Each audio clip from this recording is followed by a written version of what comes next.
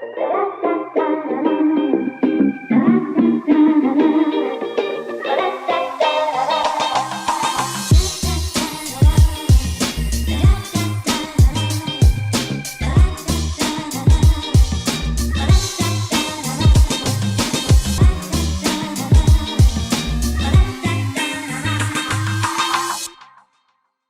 and welcome to the Talk with Tariro.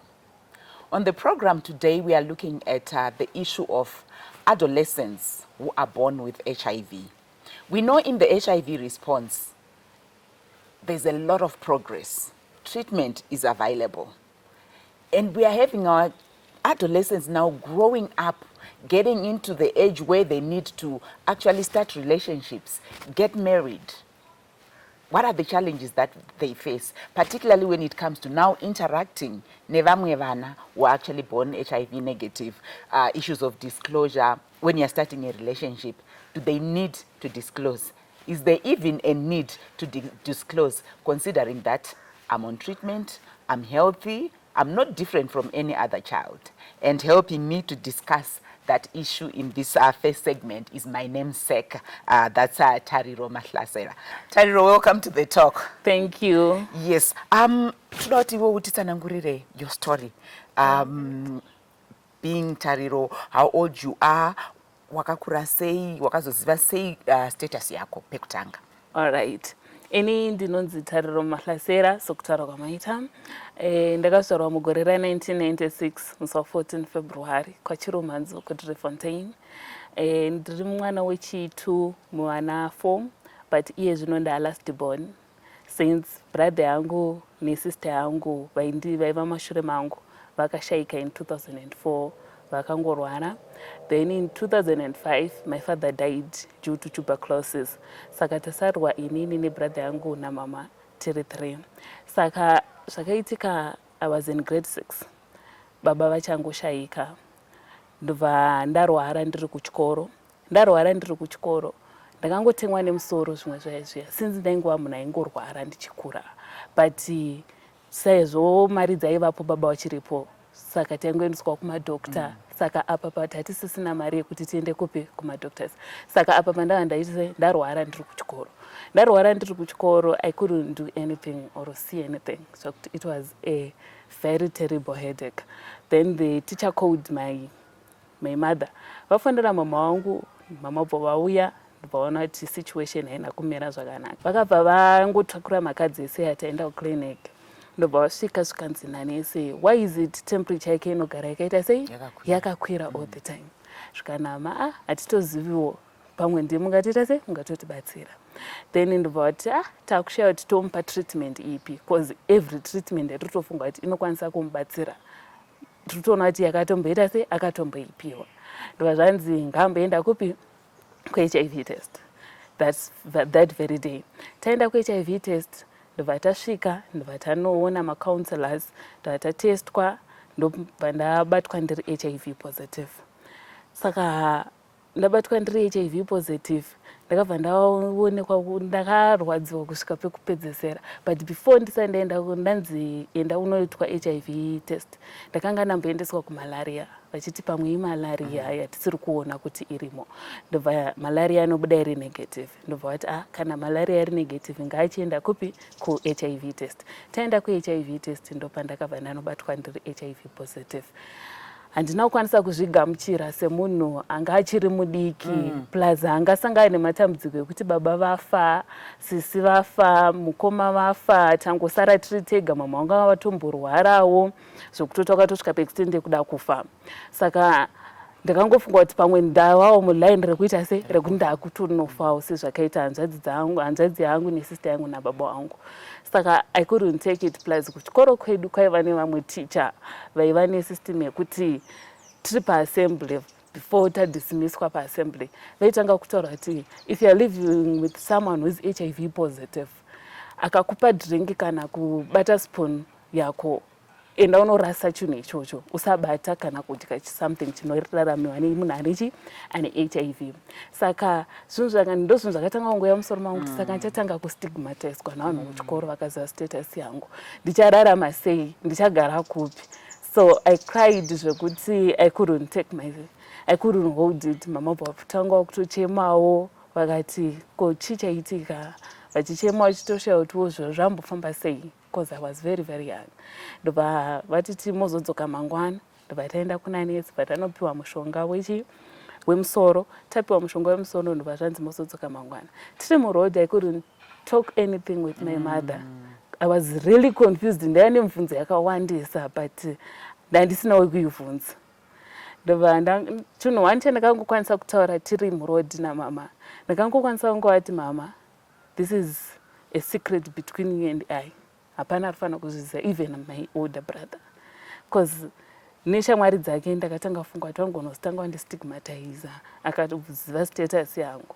But my worry was, since tanzi tizodzoka kucounseling, tichamuudza sei kuti mangwana tiri kudzokera, varamba kuti muchiri kungoramba muchirwara here nesister. Anditi ndobva zvanama, aiwa, don't worry, ndichaita sei, ndichataura naye.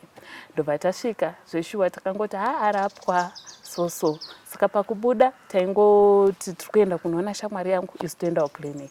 Tasvikawo clinic, the moment ndaingosvika paclinic ndaingotanga kungochema. Saka manesi vakaona kuti mwana wekuti arambe ari in this situation yekuti ari kungochema, hapana kana chaari because kuchikoro asingachaconcentrate kana kuita sei. Ndandangofunga kuti hapana pandakutofa, hapasisina kana everything ndandakuona kunge ndakupedza nguva. Ndobva vandirifeya kumakets ekuAfrica Aid Zvandiri. Naenda kumakets ekuAfrica Aid Zvandiri, vakasvika vakanditambira nemaoko anodziya. Vanditambira ndobva vandiudza basa ravanoita, tachinjana mafoni numbers. Ndobva tatanga kutaura pamatext. Tatanga kutaura pamatext, vandati guys, inini hangu ndoda kufa. Because hapana chandinoraramira since ndingorarama neHIV. Ndobva zvanzi Rosaka, iwo zvanzi Tariro hazvisirezvo. Unoita sei? Tese tiri kutorarama neutachiona hweHIV. Ndikati guys, muri kuita sei? Muri kunyepa. Because ndinyazoona kuti vanhu vasitomborina kana HIV, vasingatomboratidza kuti vanorwara. Ndikati muri kundinyepera. Ndobva vati aiwa, uya kupi? Uya kuclinic mangwana.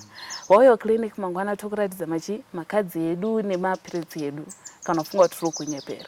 Zveshuwa mangwana makuseni ndakaenda ndikasvika ndikanoona mapiritsi avo. Ndanoona mapiritsi avo ndopa ndikatanga kuona kuti aiwa, handisi ndega ndiri kurarama neutachiona hweHIV. Okay, join us after the break as we now are going to hear from her. Now that she accepted her status, when it comes to issues of starting relationships, how is she doing it?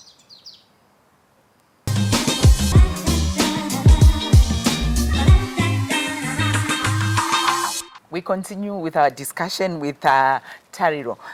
So Tariro, beautiful as you are, ndoda kunzwa kuti panyaya dzemarelationships wate zvinowane makore mangani zviya? 22. Definitely pakuya tunoona baba munini ipapapo. Zviri kufamba sei pamarelationships? Pamarelationships, ndoda kuti utange kubvira pekutanga your first relationship, especially watanga kuziva, what was going through your mind, what has been the experience? Okay, my first relationship ndatanga kuziva mukomana anenge akanga akaudzwa kuti ndizvo zvandiri, but I really know kuti akanga akaudzwa nani, but zvinhu kana zvatoitika zvinoita sei zvinotaurika. Saka aingondiconvinza kuti hande tinoita sei tinotestwa, but inini iyanga ari negative. But inini ndairamba ndichiti kunotestwa hakuite, zvinoda une muparent. Zvikanzi hazvinetse, toita sei? Tinongoenda tese tongonaudzwa kuti maparents akafa. Ndikati aiwa, hazviite, because inini ndaiziva kuti ndikaenda anoita sei? Mawana anotangidza. Ndobva ndaita sei? Azongonditi rimwe zuva ndiri kurwara, uya undione nditori kucliniki. Ndobva tasvika zveshuwa kucliniki, ndobva ati inini ndoda kutombotestwa. Tapinda mucounseling room, tapinda imomo ndobva ati tauya kuzotestwa. So I was 15 years by that time. Vazvanzi taizotestwa iyanga ane 17. Zvikanzi iwo une makore mangani? takuvunzwa zvikanzi inini ndine 17 uyu musikana wangu ane 15 zvikanzi tese toda kutestwa zvikanzi tiri kutesta iwewo chete mukomana nekuti ndiwe ane age yekuti unokwanisa kuzvikonsena wega ndobva zvanzi komusikana sieni siri kuda kumutesta apa hana yairova manje kuti mawanaya atotanga ndobva zvanzi musikana hatikwanisi kumutesta nekuti chii nekuti age yake inoda kuti tiwane consent kubva kumubereki ndobva zvanzi it's okay nditestei sezvo totongopinda zvichaitu tibude tese tisina kuita sei tisina kutestwa ndobva atestwa ndobva abatwa ari HIV negative zvikanzi akana ane 16 years ozoita sei mozodzoka zvakanzi zvakanakai saka ibva ipapo akabva amirawo abva ati chi 16 years dzakwana zvikanzi handitinotestwa ndobva ndatanga kuti inini chi ndiri kuuya ndiri busy nekubasa since ndandamuketsi ndakuswera paclinic ndiri busy nekubasa asi kana uda kuti titestweka uya kuclinic totestwa tese zvikanzi no ingotestwa iwo woita sei wondiigira chibepa rachona ndikati abo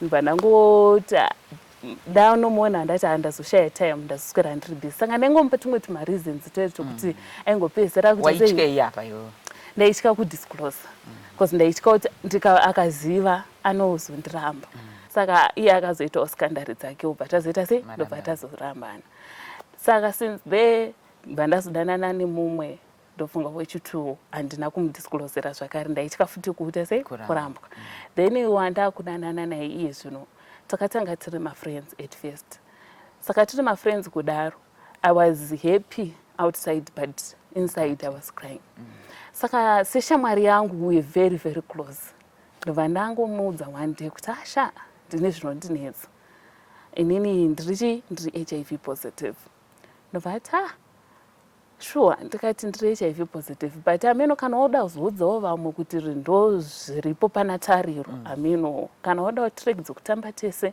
but ini ndakuudza chokwadi changu ndobva ati no it's okay uri munhu ari kutoita sei ari kutorarama zvakanaka hapana kana problem ini hana kana kutombozvifungira kuti chi ndo zvauri ndikati it's fine but tanga kuita sei kungotamba tese achindisapota achidii nditomudza mangwana ndikuenda kureview so then ndobva as time goes on ndobva tazoita sei ndobva tazotanga wadanana before ndobva tazotanga wadanana after ndamuita sei ndamudisclosera saka at first pakanzwa ndokuda ndatongoti ada kuti adatamba nese munhu angandijaira kutamba naye vandaranga nopengewo chichi uchitosiya mabhibi ese ari negative uchiya kwandiri zvikanzi ndiri serious chichi iye ari negative ndikati uri kutondinyepera ndobva ndati ndobva tazoita sei mandazomubvuma ndamubvuma but tatanga kuramba tichiita sei tichifambidzana achingoramba achindisapota each and every time kuclinic ndichitomudzwa nhasi ndiri kuenda kuclinic paasiri kunzwisisa achiita sei achindibvunza kuti ndizokwanisa kudisclosera mukomana uyoyo wandiri kufambidzana naye iye zvino inyaya yekuti ndakanga ndamunhu akanga asimudzirwa nemamwe maadolescents kunyanyanyanya maketsi ndichiona kuti aiwa disclosure chinhu chakanaka chaizvo kuti pane noti unogara ungori uchifila guilty kuti munhu akazozviziva kuti ndo zvandiri anozotanga kublame kuti kode wakandiudza mhuri yake how supportive are they vanozviziva about mhuri yake they don't know they don't know yeah they didn't know do you think ichaita problem or you think it will be fine ndo zvandakatombomubvunza pamhuri ipapo ndo imwe nyaya inoita kuti vasikana vasadisclose nekuti mamother in-laws nemarelatives emukomana anogona kunge achida musikana chaizvo but the moment yavanongonzwa kuti the person is HIV positive vakutotaura kuti mwana wedu ngaachisiyana naye nekuti ari positive anozonzi anozozadzwawo chirwere cheHIV pabonde muri kuchifambisa sei hamusati makuenda pabonde saka iwewo ungati kana wakatarisa vamwe wako tichipedzisa wakatarisa maadolescents vari kurarama neHIV major yaungati iyi ndo major challenge yatiinayo wambotaura zvevabereki yauri kuona kuti iyi ndo issue yekuti ikaadreswa iyoyo upenyu hwedu unofamba zvakanaka ndei alright major challenge yandiri kuonaka vanhu havasati vaane information about HIV though vanhu vari kuita macampaigns vari kuzama kuti vanhu vange vachisvitsa information kuvanhu vanhu havasati vanyatsonzwisisa kuti zvechokwadi munhu ari HIV negative anokwanisa kurora munhu ari HIV positive saka the moment yaunongoda kudisclose kana unombotanga uchinyepera mumwe wako kuti kushamwa tikamboenda unotestwa ndobatwa ndiri positive tinozvifambisa sei munhu handitokusiya saka utoona kutoti munhu uyuyu ndikamudisclosera hapana tinova tatongeta sei totongohinga mabhutsu tohataita sei tova tatosiyana. Saka ndo chimwe chinhu chekuti dei zvaibvira pambowanikwa pekuti mayouth ese ari HIV negative neari HIV positive akwanisa kumboudzwawo about HIV positive, vachiona even those vari kuchata, kune vari kutochata madiscordant couples, mukomana ari negative musikana ari positive, mukomana ari positive musikana ari negative, votoita white wedding inotyisa unzi muchato wanhingi wanga wakaipa, vachitoudzwa kutonzi uyu ndozvavari, vachidisclosa kuti aiwa vadei sevanhu sezvavari. Handiti I think izvozvo vanokwanisa kuzvinzwisisa nekuti munhu angotanga kungofunga kuti handinotanga kuzara, of which kune makondomu, kune PMTCT, you can live longer. Well, join us after the break as we continue tackling this very important issue.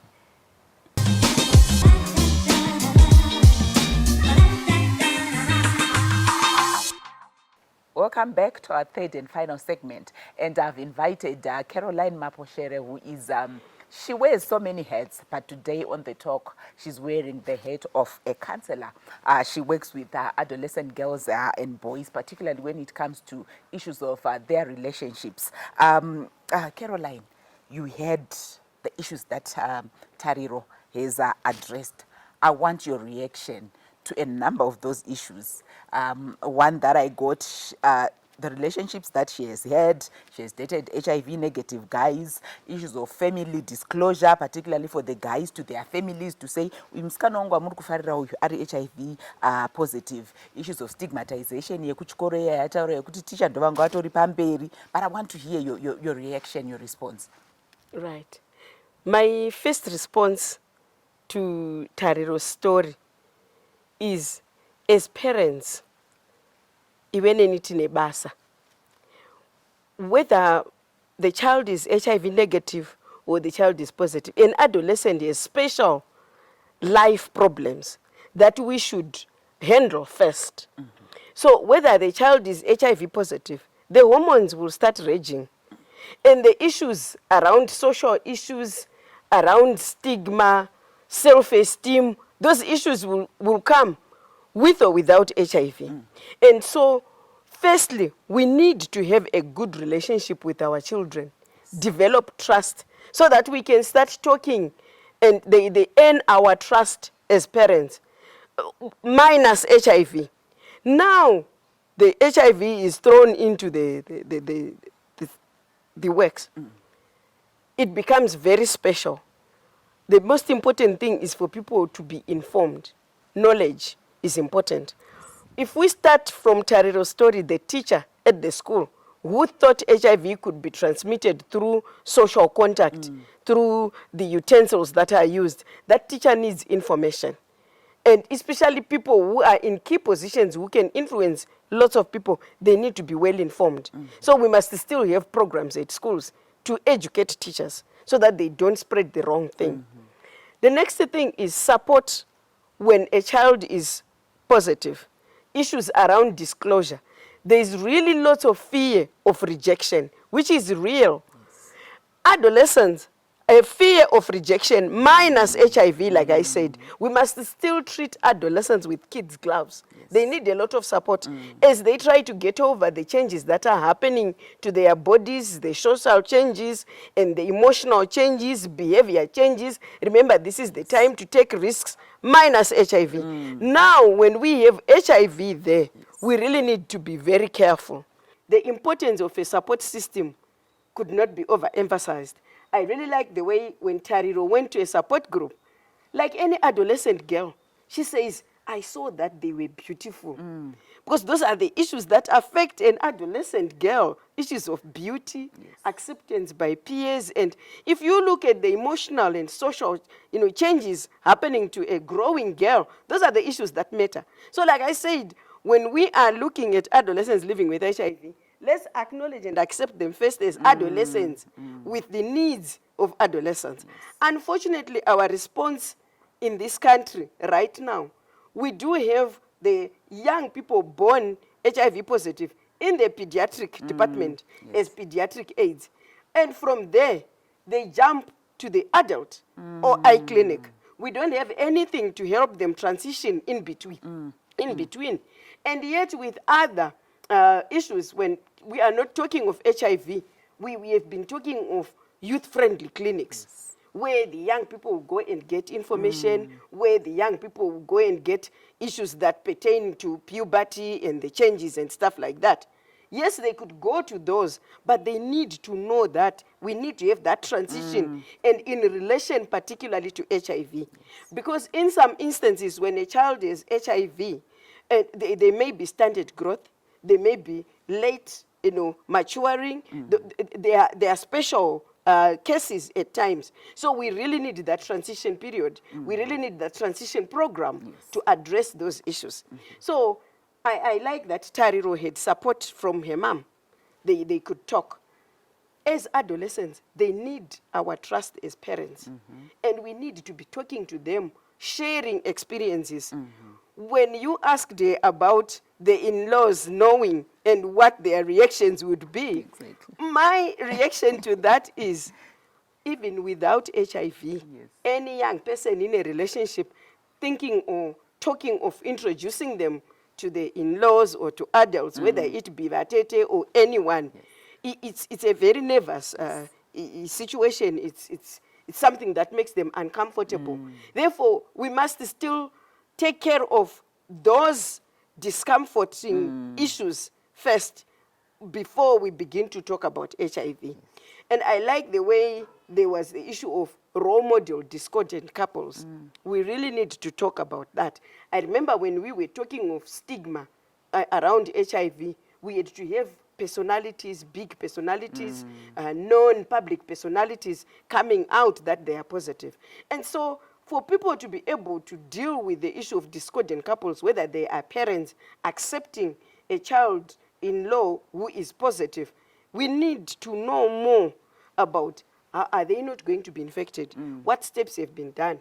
Because right now there's also PrEP for discordant couples. And if we have faith in the treatment, that the people who are HIV positive, we are using treatment as prevention, that if someone is adhering properly, they will have a low viral load, hence will have a reduced chance of transmitting to the negative person.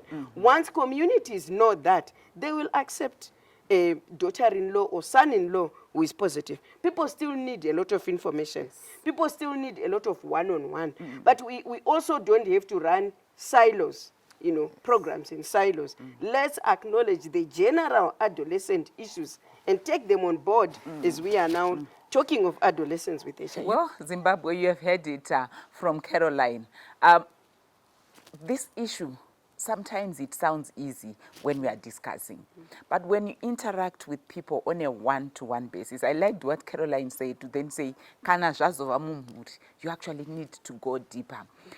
When we are talking, casual talk, it sounds easy. But when we are now looking at the lived experiences, it might sound, or it is, quite challenging. Next week, we still continue with this particular discussion. This time around, I'm bringing in an adolescent boy now who dated HIV negative girls, HIV positive girls. We want to hear their experiences. What we want, because this is our future generation that we have as a country, and we want us to understand these issues so that we do away with stigma. We know that when we're talking about ending AIDS by 2030, even when we have adolescents who are HIV positive, marrying those who are negative will still end AIDS by 2030. Until then, goodbye.